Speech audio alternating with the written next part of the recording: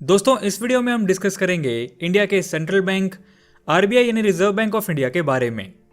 RBI country में monetary stability बनाने का काम करता है। इसके लिए ये मॉनेटरी पॉलिसी भी बनाता है। ये सारे कमर्शियल बैंक्स और फाइनेंशियल इंस्टीट्यूशंस को गाइडलाइंस देता है। इसके और भी बहुत से फंक्शंस हैं जिनको हम इस वीडियो में डिटेल में समझेंगे। इसके साथ साथ मॉनेटरी पॉलिसी क्या होती है, CRR, SLR, repo rate, bank rate, इन सारी टर्म्स को भी हम वीडियो में डिटेल में डिस्कस करेंगे। तो आप पूरी वीडियो लास्ट तक जरूर देखिएगा। तो सबसे पहले हम क्विकली समझ लेते हैं आरबीआई के मैनेजमेंट स्ट्रक्चर के बारे में। आरबीआई के जनरल अफेयर्स को सेंट्रल बोर्ड ऑफ डायरेक्टर्स संभालते हैं। इन डायरेक्टर्स को गवर्नमेंट अपॉइंट करती है, जो कि हर 4 साल में चेंज होते रहते हैं। इसके सेंट्रल बोर्ड ऑफ डायरेक्टर्स में गवर्नर और 4 डेप्यूटी गवर्नर्स भी होते हैं। एंड इसमें गवर्नमेंट की तरफ से अलग अलग फील्ड के 10 डायरेक्टर्स भी अपॉइंट किए जाते हैं और 2 गवर्नमेंट ऑफिशियल अपॉइंट किए जाते हैं। चलिए अब बात करते हैं आरबीआई के फंक्शंस की। फर्स्ट है issue of currency notes. RBI पूरे इंडिया में करेंसी नोट्स इशू करता है। आरबीआई ये करेंसी गोल्ड, एक्सचेंज बिल्स और गवर्नमेंट बॉन्ड्स की सिक्योरिटी के अगेंस्ट इशू करता है। Next is banker to other banks. RBI India के सभी बैंक्स को कंट्रोल और रेगुलेट करता है। आरबीआई ने जो भी डायरेक्शन दी, सभी कमर्शियल बैंक्स को वो डायरेक्शन फॉलो करने की ऑब्लिगेशन है। हर बैंक को आरबीआई के पास कुछ रिजर्व रखना मैंडेटरी होता है और आरबीआई दूसरे बैंक को लोन भी प्रोवाइड करवाता है, इसलिए इसको बोला जाता है banker to other banks. Next is banker, agent and financial advisor of the government. RBI central government और स्टेट गवर्नमेंट की ट्रांजैक्शंस करता है। ये गवर्नमेंट के बिहाफ पे टैक्स की पेमेंट्स और डिपॉजिट भी करता है और ये इंटरनेशनली गवर्नमेंट को रिप्रेजेंट करता है। Government foreign related transactions RBI के थ्रू ही करती है। आरबीआई फॉरेन एक्सचेंज रिजर्व्स को मेंटेन करता है और ये गवर्नमेंट को फाइनेंशियल एडवाइस भी देता है। अगला है exchange rate management. RBI Indian currency की वैल्यू को स्टेबलाइज करने का काम भी करता है। मतलब जो फॉरेन करेंसी होती है लाइक डॉलर, उसके कंपैरिजन में जो रुपए की वैल्यू है उसमें ज्यादा फ्लक्चुएशन ना होने देना। इसको मेंटेन रखने के लिए आरबीआई फॉरेन करेंसी को बाय और सेल करता रहता है। Next is credit control. RBI country में मनी की सप्लाई को कंट्रोल करके इन्फ्लेशन को भी कंट्रोल करता है। इसके लिए ये बहुत से टूल्स का यूज करता है। इनको हम आगे डिटेल में डिस्कस करेंगे। इसके बेसिक टूल्स होते हैं like cash reserve ratio, bank rate policy etcetera. Cash reserve ratio का मतलब ये होता है कि हर बैंक को अपने पास अवेलेबल कैश में से कुछ अमाउंट आरबीआई के पास एज रिजर्व रखना होता है। बैंक रेट वो होता है जिस रेट पर आरबीआई कमर्शियल बैंक्स को लोन देता है।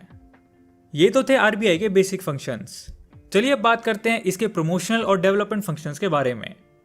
फर्स्ट है promotion of banking system. RBI society के हर सेक्शन में बैंकिंग को प्रमोट करने का काम करता है। इसका एग्जांपल है नाबार्ड। नाबार्ड का मतलब है national bank of agriculture and rural development. इसको एग्रीकल्चर के प्रमोशन के लिए बनाया गया था। एग्रीकल्चर सेक्टर के प्रमोशन के लिए नाबार्ड क्रेडिट यानी लोन प्रोवाइड कराता है। अगला है data collection and publication of reports. RBI inflation, interest rates, saving etcetera का डेटा कलेक्ट करता है और इसकी वीकली और एनुअल रिपोर्ट्स भी पब्लिश करता है। चलिए अब बात करते हैं आरबीआई के सुपरवाइजरी रोल्स के बारे में। सबसे पहला है गिविंग लाइसेंस टू बैंक्स। किसी भी बैंक को अपनी सर्विसेज स्टार्ट करने के लिए आरबीआई से लाइसेंस लेना पड़ता है। इवन एक एग्जिस्टिंग बैंक को अगर अपनी और ब्रांच ओपन करनी है उसके लिए भी इसको आरबीआई से लाइसेंस लेना पड़ता है। नेक्स्ट है bank inspection and inquiry. RBI के पास इंडिया में किसी भी बैंक की इंस्पेक्शन करने की पावर होती है। ये टाइम टू टाइम चेक करता रहता है कि बैंक्स और फाइनेंशियल इंस्टीट्यूशंस अपने ऑपरेशंस प्रॉपर मैनर में कर रहे हैं नहीं। अगला है implementation of deposit insurance scheme.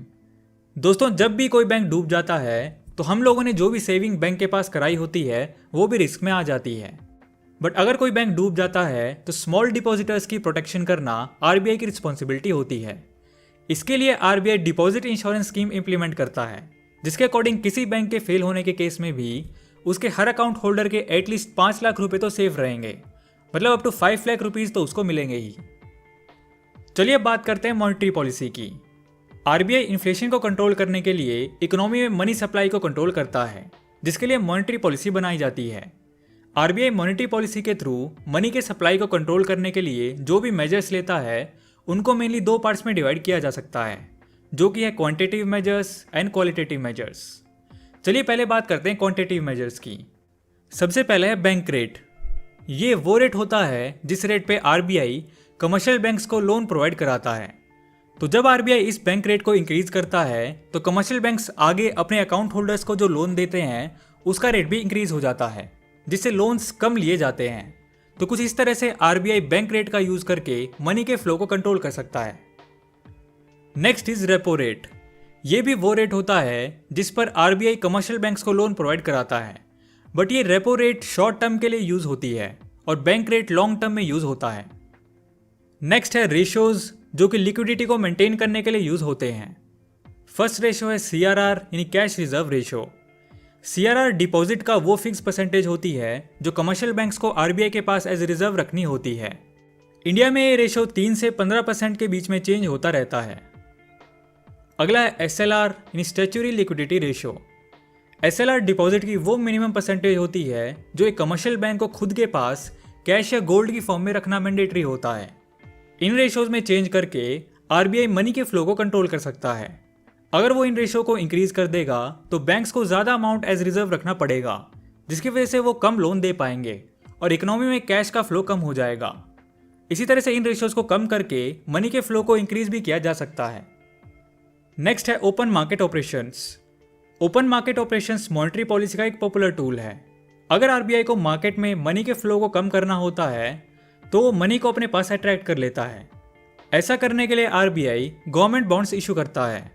क्योंकि गवर्नमेंट बॉन्ड्स सबसे सेफेस्ट ऑप्शन होते हैं इन्वेस्ट करने के लिए, इसलिए कमर्शियल बैंक्स और फाइनेंशियल इंस्टीट्यूशंस इन बॉन्ड्स को बाई कर लेते हैं, जिससे उनका पैसा आरबीआई के पास आ जाता है। अभी आपने मॉनेटरी पॉलिसी के क्वांटिटेटिव मेजर्स को समझा। चलिए अब बात करते हैं क्वालिटेटिव मेजर्स की। फर्स्ट है rationing of credit. RBI commercial banks के लिए एक मैक्सिमम क्रेडिट अमाउंट फिक्स कर देता है। बैंक्स उस फिक्स्ड अमाउंट से ज्यादा लोन नहीं दे सकते। Next is change in marginal requirement. Margin amount वो होता है जो कि दिया नहीं जाता, एज मार्जिन रखा जाता है। फॉर एग्जाम्पल, अगर आपको लोन लेना है तो बैंक आपको सारा अमाउंट नहीं दे सकते, उनको कुछ मार्जिन रखना पड़ता है जो आरबीआई सेक्टर वाइज डिसाइड करता है। फॉर एग्जाम्पल, अगर आरबीआई चाहता है कि एग्रीकल्चर सेक्टर को ज्यादा क्रेडिट मिलना चाहिए तो वो एग्रीकल्चर सेक्टर के लिए मार्जिन रिक्वायरमेंट को कम कर देगा। अगला है मोरल सुएशन। आरबीआई वैसे तो सभी बैंक्स को पॉलिसीज के थ्रू कंट्रोल करता है, बट अगर कोई पर्टिकुलर बैंक उसको ऑब्जेक्ट कर रहा है तो वो उसका लाइसेंस भी कैंसिल कर सकता है। इसीलिए हर बैंक को आरबीआई की गाइडलाइंस को फॉलो करना ही पड़ता है, जिससे आरबीआई के लिए मनी के फ्लो को कंट्रोल करना आसान हो जाता है। तो दोस्तों, बेसिकली ये थे आरबीआई के फंक्शंस। आज के वीडियो में इतना ही दोस्तों। आप कमेंट सेक्शन में ऐसे इंटरेस्टिंग टॉपिक सजेस्ट कीजिए। मिलते हैं अगली वीडियो में एक ऐसे ही नॉलेजेबल टॉपिक के साथ। सो दोस्तों, वीडियो पसंद आया तो लाइक एंड शेयर करो यार, एंड नए हो तो इस चैनल को सब्सक्राइब कर लो, क्योंकि मैं ऐसी वीडियोस आपके लिए लाता रहूँगा। And thanks for watching.